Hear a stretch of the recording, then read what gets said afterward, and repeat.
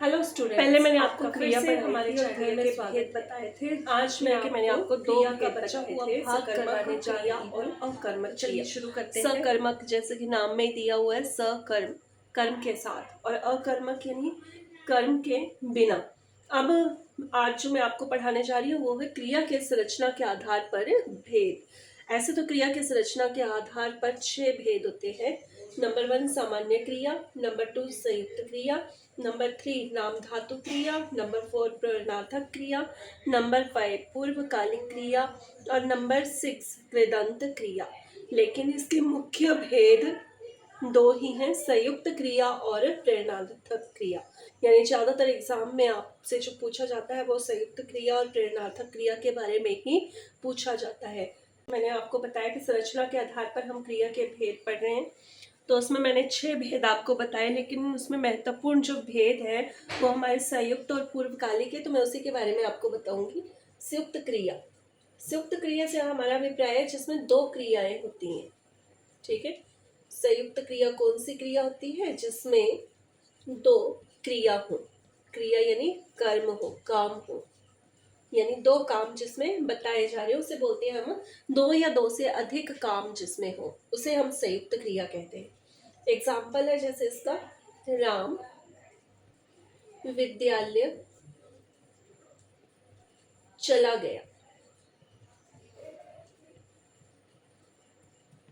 तो यहाँ पर 2 क्रियाएं हैं, राम जो विद्यालय चला और गया, यहाँ पर 2 क्रियाएं दी हैं, इसलिए यहाँ पर संयुक्त क्रिया है। उसके बाद अगला एग्जाम्पल है, उसने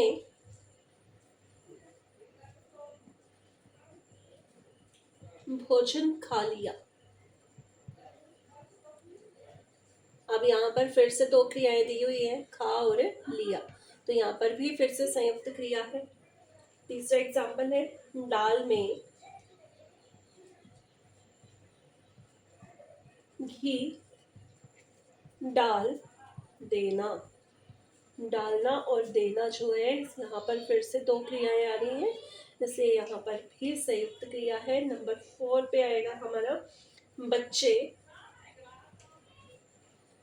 खेलते खेलते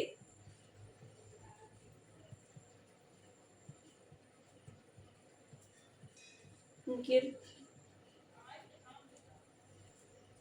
पड़े। अब यहाँ पर देखिए 2 या 2 से अधिक क्रियाएं मैंने आपको बताई, तो यहाँ पर खेलना भी क्रिया है, गिरना क्रिया है, पढ़ना क्रिया है, तो यहाँ पर फिर से 3 क्रियाएं आ रही है, इसलिए यहाँ पर संयुक्त क्रिया है। प्रेरणार्थक क्रिया, जहाँ कर्ता काम स्वयं न कर दूसरों से करवाता है। प्रेरणार्थक क्रिया कौन सी होती है? जहाँ पर कर्ता काम स्वयं न कर दूसरों से करवाता है, या अर्थात उन्हें प्रेरित करता है काम करने के लिए या प्रेरणा देता है, तो उसे हम प्रेरणार्थक क्रिया कहते हैं। अब एग्जाम्पल है हमारा पहला, वह पत्र लिखवाता है। अब यहाँ पर कर्ता क्या है? वह, ये यहाँ पर कर्ता दिया हुआ है, वह पत्र लिखवाता है, यानी वह खुद पत्र ना लिखकर दूसरों से लिखवा रहा है, तो इसलिए यहाँ पर प्रेरणार्थक क्रिया आएगी। तो लिखवाना जो अब क्रिया किसी और से लिखवा रहा है, वो खुद ना लिखकर दूसरों को प्रेरित करना है पत्र लिखने के लिए, तो इसलिए यहाँ पर प्रेरणार्थक क्रिया है। दूसरा एग्जाम्पल है, राकेश रोहन से स्कूटर चलवाता है। राकेश स्वयं स्कूटर ना चला के रोहन से स्कूटर चलवा रहा है, यानी रोहन को प्रेरित कर रहा है, उसे प्रेरणा दे रहा है स्कूटर चलाने के लिए, तो चलवाता है यहाँ पर क्रिया आ जाएगी, और यहाँ पर करता है इस समय राकेश। नेक्स्ट है, दीपक मजदूरों से काम करवाता है।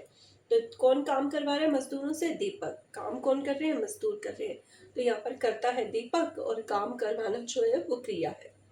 अध्यापक बच्चों से बुलवाता है। अध्यापक यहाँ पर करता है, और अध्यापक बच्चों को प्रेरित कर रहा है बोलने के लिए। ठीक है, तो यहाँ पर बुलवाता है जो है वो क्रिया है। आगे हम पढ़ेंगे प्रयोग के आधार पर क्रिया के भेद। तो प्रयोग के आधार पर क्रिया के 3 भेद होते हैं। पहला है पूर्वकालिक क्रिया, फिर उसके बाद आएगा आपका तात्कालिक क्रिया, और फिर सहायक क्रिया। पूर्वकालिक क्रिया, जहाँ क्रिया से पहले एक और क्रिया समय से पहले हो, उसे पूर्वकालिक क्रिया कहते हैं। यानी जब कोई व्यक्ति कोई क्रिया कर रहा है तो ठीक उससे पहले कोई और क्रिया वो करके आया हो, तो उसे हम पूर्वकालिक क्रिया कहते हैं। एग्जाम्पल है, वह बैठकर बाहर जाता है। यानी वो बाहर जा रहा है, लेकिन उससे पहले वो बैठने की क्रिया कर रहा है, बैठ रहा है और फिर बाहर जा रहा है। ठीक है, तो यहाँ पर बाहर जाने से पहले उसने क्रिया की है बैठकर। नेक्स्ट है रमेश पढ़कर सो गया।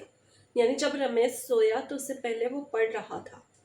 ठीक है, तो यहाँ पर पढ़कर और सो गया, सो जाने से पहले जो उसने क्रिया की वो थी पढ़ने की क्रिया, तो इसलिए यहाँ पर पूर्वकालिक क्रिया आएगी। नेक्स्ट है वह सोकर आया है। यानी जब वह आया तो उससे पहले वह सोया हुआ था, यानी सोकर वह आया। ठीक है, उसके बाद नीचे जाने के बाद ऊपर भेज दिया। ठीक है, यानी जब वह ऊपर आया तो उससे पहले उसने नीचे गया था, उसके बाद वो ऊपर आया, तो बोला कि नीचे जाने के बाद ऊपर भेज दिया। तो यहाँ पर फिर से क्रिया से पहले एक और क्रिया आ रही है, इसलिए यहाँ पर पूर्वकालिक क्रिया आएगी। नेक्स्ट है नंबर 2 पे तात्कालिक क्रिया। जैसे नाम में ही दिया हुआ है तत्काल, क्रिया से कुछ पहले जो क्रिया हो, क्रिया से कुछ समय पहले, ठीक कुछ समय पहले जो क्रिया हो उसे हम तात्कालिक क्रिया कहते हैं। एग्जाम्पल है इसका सुमित आते ही सो गया। जैसे ही सुमित आया और सो गया। ठीक है, तो यानी सो जाने से पहले जो क्रिया होगी आते ही, पहले वो आया और फिर सो गया, तो ये तात्कालिक क्रिया कहलाएगी। नेक्स्ट है वह पहुंचते ही आ गया। वह जैसे ही पहुंचा वैसे ही आ गया, तो वह पहुंचते ही आ गया, इसलिए यहाँ पर भी तात्कालिक क्रिया आ रही है। नेक्स्ट है चोर देखते ही दौड़ गया। जैसे ही चोर ने देखा और वो दौड़ गया, यानी जब वो क्रिया कर रहा है दौड़ने की तो उससे ठीक पहले उसने देखने की क्रिया की, देखते ही दौड़ गया, तत्कालिक क्रिया आएगी यहाँ पर भी। बच्चा दूध पीते ही सो गया। बच्चे ने जैसे ही दूध पिया और सो गया, तो ये तत्कालिक क्रियाएं आएंगी इसमें। ठीक है, नंबर 3 पे आएगा सहायक क्रिया। सहायक क्रिया वह क्रिया होती है जिसकी मुख्य क्रिया की सहायक क्रिया हो, यानी जहाँ पर जो मुख्य क्रिया है उसकी एक और सहायक क्रिया हो या दूसरी क्रिया दी हो, उसे सहायक क्रिया कहते हैं। एग्जाम्पल है जैसे राम पुस्तक पढ़ता है, तो यहाँ पर राम क्या कर रहा है, पुस्तक पढ़ रहा है, यानी पढ़ता और है, ये दो यहाँ पर क्रियाएं दी हुई है। तो यहाँ पर मुख्य क्रिया है पढ़ने की, ये मुख्य क्रिया है और इसकी सहायक क्रिया है। नेक्स्ट है वह खेल रहा था। तो यहाँ पर खेलना जो है वो मुख्य क्रिया है और सहायक क्रिया है रहा था। नेक्स्ट है वह जाग चुका है। तो यहाँ पर जागना जो है वो मुख्य क्रिया है और चुका है जो है वो सहायक क्रिया है।